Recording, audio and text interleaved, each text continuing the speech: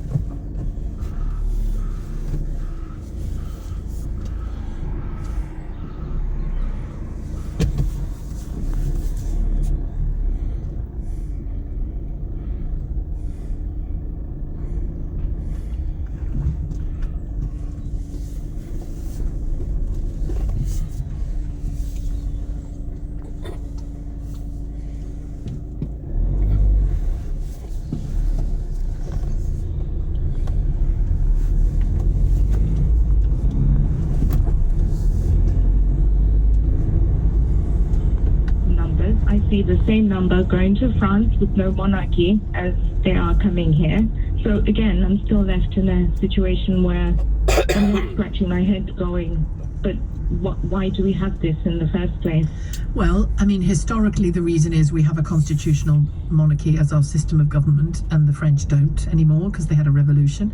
But we're not really very revolutionary here, are we? Well, no, but I suppose, that goes. And by the way, if it were ever to change, I hope it wouldn't be as the result of a violent revolution. No, I'm not calling for violence. No, I know you're not. I know you're not. As a child of former colonies, that's the very last thing that I could ever call for. But for me, I would quite like us to celebrate, the best surgeons, the best composers, the best innovators, and rather than put somebody on a pedestal. We do celebrate those people. I think in this country, I think we do have a good tradition of that, and even the honours system, flawed though it is, also honours so-called ordinary people, doesn't it? It doesn't just honour. I mean, there's a horrible element of it at the top, but it. I think as a nation, I think we do, we have a fabulous voluntary service in this country, and a tradition of voluntarism in this country, and I think those people are. The very best of them and the most effective of them often are celebrated very publicly, I think. But Michelle, thanks very much indeed for your observations. And Michelle's call actually leads nicely onto the shift I want to make at 3 in this conversation, because we've talked about Harry and, the damage or not you think he's done to the other members of the royal family and to the institution itself. We've talked about the media, so the royal family and the media and that relationship. But what about the relationship between us and the media and the royal family? What about our role in all of this? Because if you think we don't have one, you're fooling yourself. We do have one. And how we approach the reports about the royal family and how we engage, just as our previous caller was describing how she engages with the royal family. We all have a different version of it, don't we? We all engage with them differently. You would never see me wearing, not because I hate the royal family or anything like that. I'm pretty relaxed about a constitutional monarchy, to be honest. But equally, I wouldn't be in tears if it ended and we got a different system. I'm quite neutral about it. But, whilst you wouldn't see me rushing down with flags and Union Jack hats and all the rest of it to any visit by a member of the royal family, I know for some people that's precisely what you would do, and you get out of your wardrobe your Union Jack suit and get down there to Windsor Castle when the baby's born or whatever it is, because that's what you enjoy doing. That's fine. That's how you relate to the royal family. It's not how I do, but it's not how other people do as well. So after 3, let's talk about your own individual either relationship to, if you think, because you saw when the Queen died, so the outpouring of respect and affection for her, and grief as well in some cases, was very genuine, very genuine. There is a deep connection for many British people to the Queen, to the monarch and to the monarchy and to the royal family. So what's your relationship to it? 0345 6060 973. We'll talk about that after 3 o'clock. Hallie's called from Burnham to carry on the conversation. Hello, Hallie. Hello, Shigley. Nice to hear from you. You too. I'm ringing back because quite a little while ago you had a call from a man from Princess Elizabeth Yes. who said that we did not have a constitutional monarchy. Ed, yeah. Yes, well, I wanted to just point out, yes, we do. We have had one since 1685. Or 1687 or something like that. I'm not sure the exact date, but after we got rid of the Charles I, we had a revolution, and for a while we had no king at all, and then we had Charles II back, and the Charles II had no heir, and his heir was a Catholic, and we have had rules in this country since then. You can't have a Catholic on the throne because of history. Whether or not you believe it now, whether it makes any sense, it is part of it. So they invited a Protestant king in who was married to Mary, Queen of England, and made him King of England. He was provided they accepted the Bill of Rights. Now the Bill of Rights is what actually stops them doing anything that they can't, that we don't want them to do. It greatly limits royal power, it broadens constitutional law, grants Parliament control of finances and the army, and prescribes a future line, which means you still can't have a Catholic unless you get round to doing something about it. And since we have never had a problem with that at the moment, it's never really come up, has it? No. You're in more trouble at the moment with somebody that might have a little bit of black in them than somebody that's Catholic. But the whole of our constitution is based on the fact we don't want Catholics. Yeah, but royals can now marry Catholics, can't they? They didn't used to. Bill of Rights. Another one. What is it with this topic? It's nothing. Ignore me. Ignore me, Ali. Sorry. No, it's all right. I was just trying to say that the US Bill of Rights is based on our Bill of Rights. And they've had a lot of trouble with that recently, mainly because they have a president and not a monarch. And the president they had for over 4 years really messed things up entirely, didn't he? Yes, he did, yes. And he's still trying to mess things up now, and they still haven't got a proper procedure going on in there. No, they haven't. Yeah, he's going to try for the 12th time now, the Speaker. Thank you very much indeed, Hallie, for your call. Hallie in Burnham. Under no circumstances whatsoever, says Richard in Knightsbridge, should Prince Harry and his drama queen of a wife be allowed to attend the King's coronation. I feel like reading that in this kind of voice. On no circumstance should he be allowed, and he should immediately be removed from the line of succession, says Richard. Well, he kind of has been, hasn't he? By the birth of lots of little babies, lots of little Cambridge babies. It's 3 o'clock.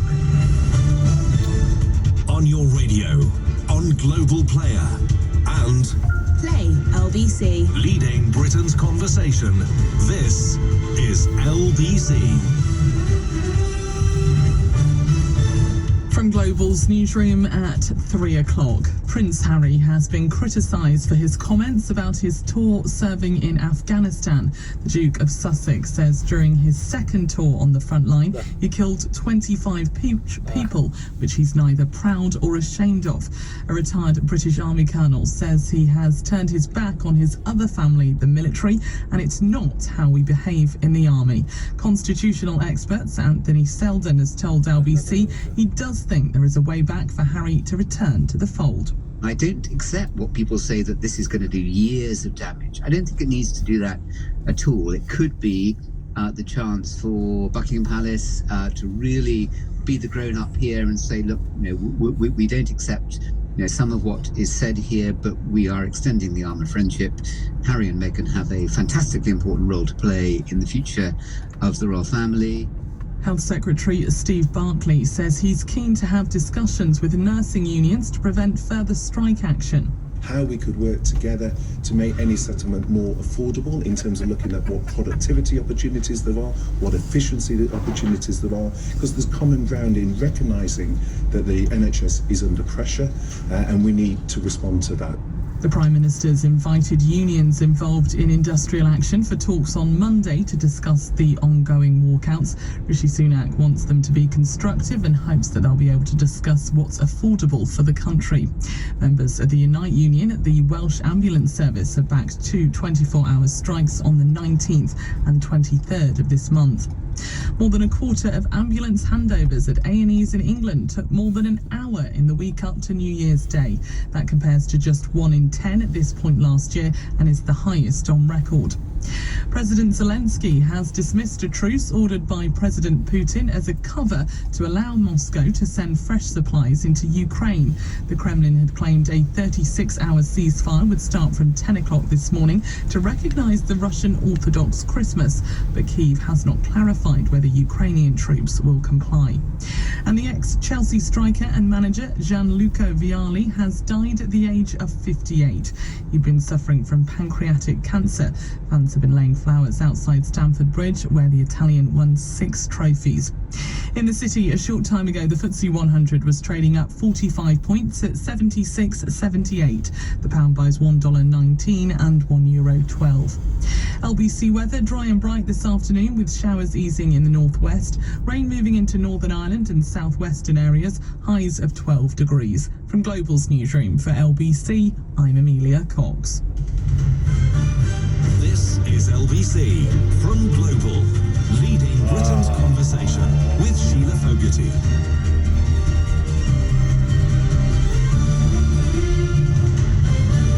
Hello there, good afternoon to you. Loads of you still calling in on this topic, so I thought I'd continue to talk about it, but we will be reflecting on the week, and I know it's not just this week that the NHS has been really struggling, but this has been the week, I think, where things crystallised for a lot of people and the pressure started to really bear down on the government about it.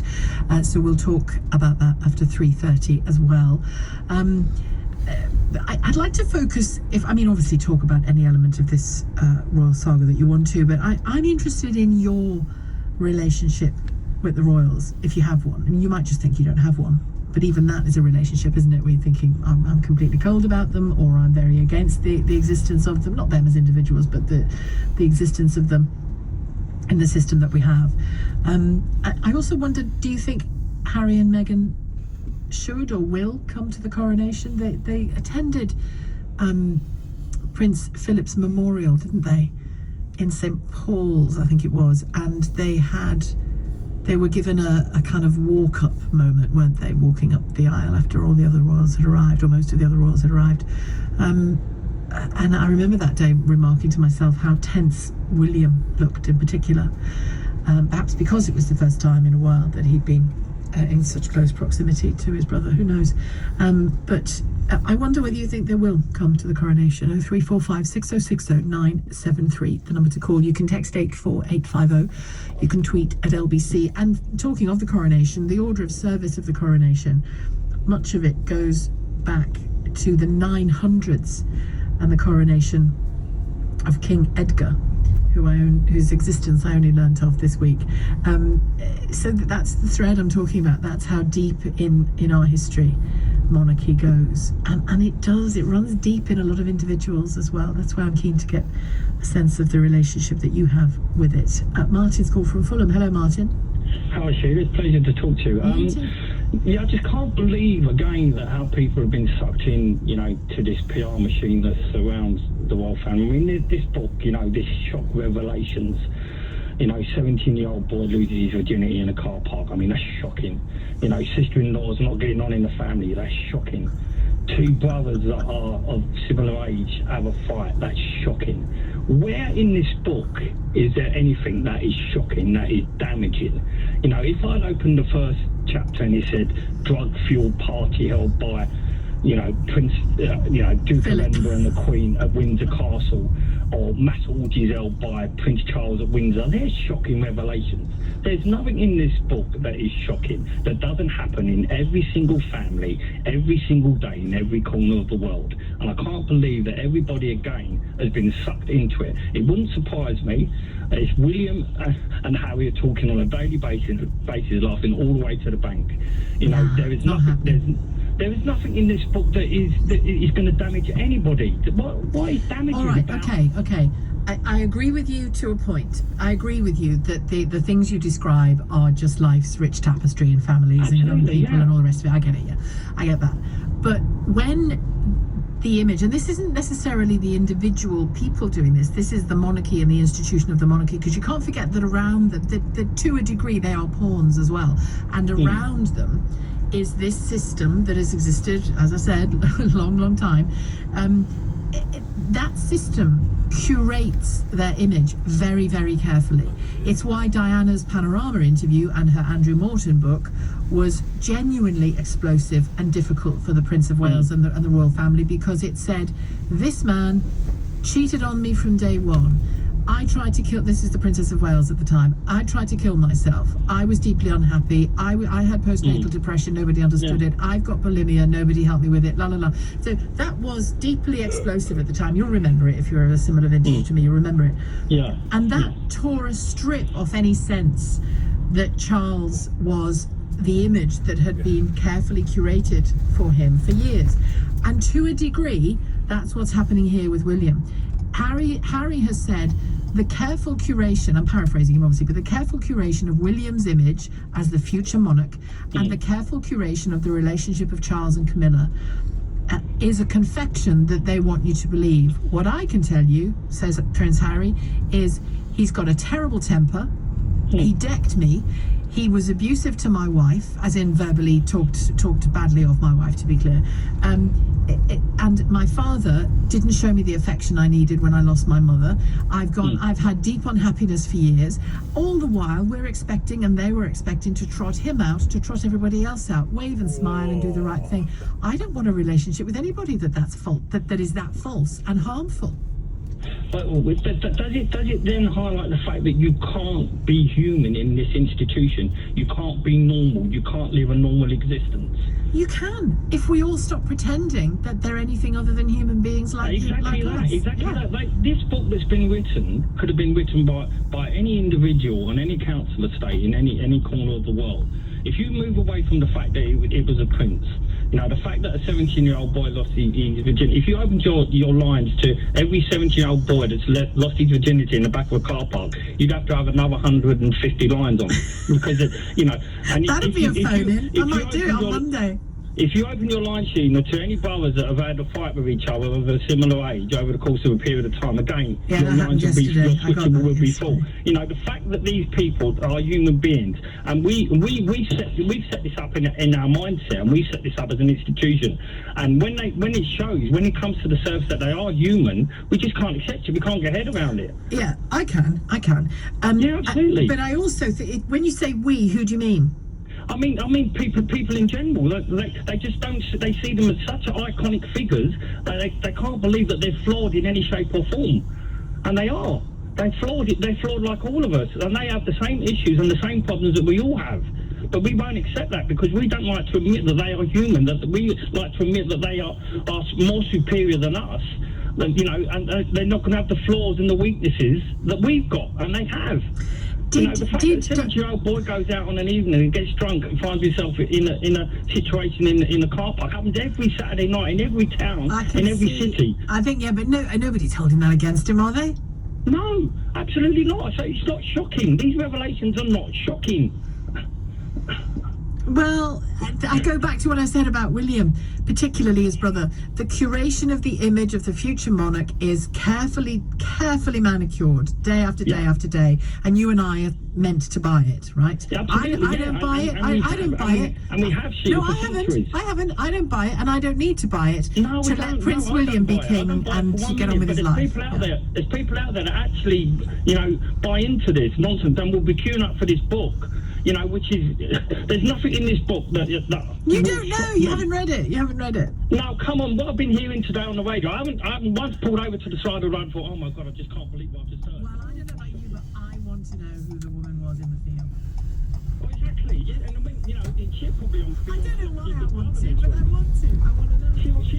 She will be in the army to be getting out of the jungle by the end of the year. There's no doubt about it. Well, I think that depends who she is, Martin. Well, absolutely, but you know, She might be a mate of Camilla's for all we know. I'm just, you know, shocking. I mean, I haven't read a show of life by any stretch of the imagination. I can tell. But if people out there find this shocking, then, you know, they should spend more